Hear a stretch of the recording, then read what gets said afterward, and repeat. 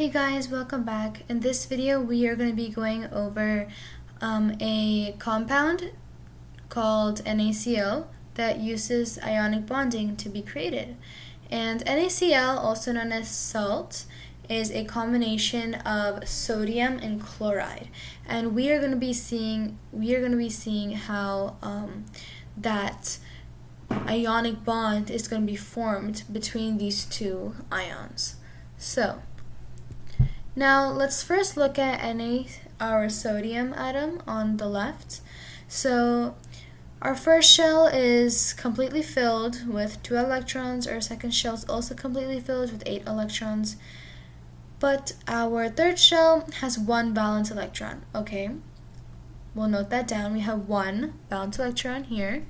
And then let's take a look at our chloride on the right. So our first shell is full, our second shell is also full. Our third shell is not full yet, so it has 7 valence electrons. So these have 7. To become stable, chloride only needs 1 more electron. However, sodium needs 7 more electrons. So let's think of an easy solution. Can we we know what an ionic bond is. That's when you're giving or when you're stealing electrons, right? So in that case, it's easier for sodium to just give its remaining 1 valence electron to the chloride, so that the chloride becomes stable and happy, and our sodium can also become stable and happy. So let's transfer this over there, and we can have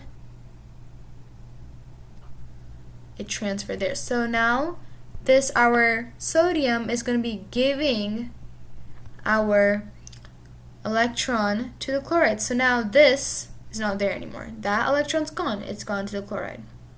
And during just this transfer, a bond is going to be created. So that bond is what we call an ionic bond. And that's the bond that's going to bring them together and create salt. But before that, let's first make sure that both our previously known ions are now stable. So if we give this 1 electron out, that means we only have 2 more shells, right? We don't need this third shell.